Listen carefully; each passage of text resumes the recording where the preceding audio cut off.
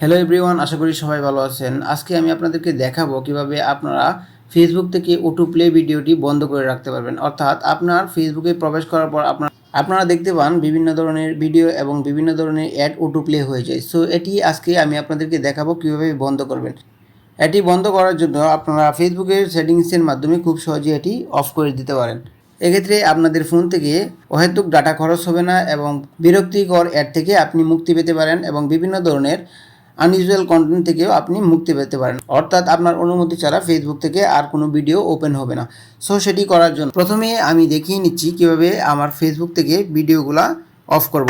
তো আপনি চাইলে এভাবে ভিডিওগুলো অফ করে রাখতে পারেন। তো আপনারা অলরেডি দেখতে পাচ্ছেন এখানে বাংলাদেশের সবচেয়ে অবহেলিত ক্রিকেটার ভিডিও অ্যাড ওপেন হয়ে যাচ্ছে। সো এটি আমরা সো এটি বন্ধ করার জন্য তার জন্য আমরা যদি প্রথমে ফেসবুকে প্রবেশ করার সাথে সাথে দেখতে পাচ্ছেন এখানে একটি ভিডিও অলরেডি অটো প্লে হয়ে গিয়েছে এবং বিভিন্ন ধরনের ভিডিও এখানে অটোমেটিক প্লে হয়।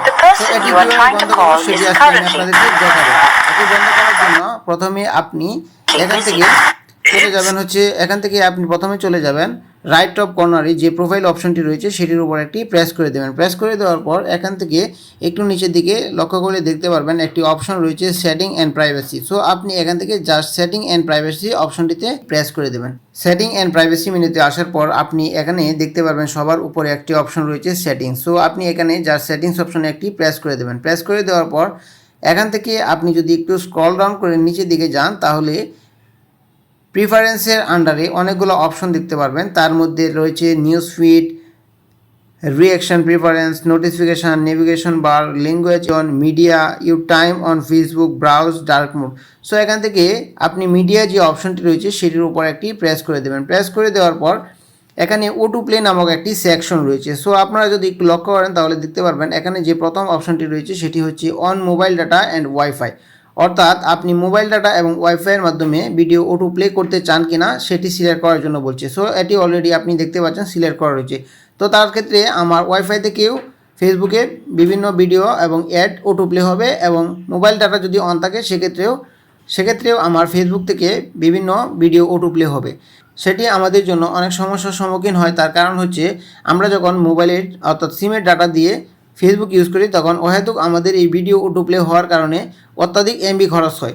তো সেটি আমরা খুব সহজে বন্ধ করতে পারি এই অটো প্লে সিস্টেমের মাধ্যমে। তারপর দ্বিতীয় অপশনটি যদি আপনারা লক্ষ্য করেন তাহলে দেখতে পারবেন ওয়ান ওয়াইফাই ওনলি। অর্থাৎ আপনি যদি চান যে ওয়াইফাইয়ের মাধ্যমে শুধু এই ভিডিওগুলো ওপেন করতে চান এবং আপনাদের যে সিমের ডাটা আছে অর্থাৎ আপনাদের অপারেটর যে গ্রামীণ অথবা বাংলালিংক যে অপারেটরের মাধ্যমে আপনারা ফেসবুক চালান সেই অপারেটর থেকে কোনোভাবেই ডাটা এখানে খরচ হবে না। আপনারা চাইলে যদি ওয়াইফাইয়ের মাধ্যমে এগুলো অটো প্লে করতে চান তাহলে ওয়ান ওয়াইফাই অনলি রাখতে চান।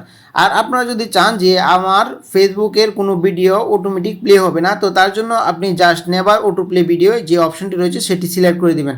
সেক্ষেত্রে আপনার কোনো ভিডিও ওয়াইফাইয়ের মাধ্যমে অটো প্লে হবে না এবং আপনার যে সিমের ডাটা আছে সেক্ষেত্রেও কোনো অটো প্লে হবে না। সো আপনারা জাস্ট এটি সিলেক্ট করে রাখতে পারেন। আমি রিকমেন্ড করি আপনারা সবসময় নেভার অটো প্লে ভিডিও অপশনটি সিলেক্ট করে দেবেন। এটি সিলেক্ট করে দেওয়ার পর আপনারা যদি এখন ব্যাক অপশনে চলে যাবেন, ব্যাক অপশনে চলে যাওয়ার পর এখান থেকে যদি হোমে সিলেক্ট করেন তাহলে দেখতে পারবেন এখানে কোনো ভিডিও আর অটো প্লে হচ্ছে না। সো আপনারা চাইলে এই অপশনগুলো করে রাখতে পারেন। সেক্ষেত্রে আপনার ফোনের অতিরিক্ত কোনো ডাটা খরচ হবে না এবং আপনি অতিরিক্ত ডাটা খরচ থেকে মুক্তি পেতে পারেন। আশা করি ভিডিওটি আপনাদের অনেক উপকারে আসবে এবং ভিডিওটি যদি আপনাদের উপকারে এসে থাকে তাহলে ভিডিওতে একটি লাইক দিতে ভুলবেন না। আর আপনি যদি আমার চ্যানেলে নতুন হয়ে থাকেন তাহলে চ্যানেলটি সাবস্ক্রাইব করে দিবেন এবং পাশে থাকা বেল বাটনটি বাজিয়ে দেবেন। আশা করি সবাই অনেক ভালো থাকবেন। ধন্যবাদ।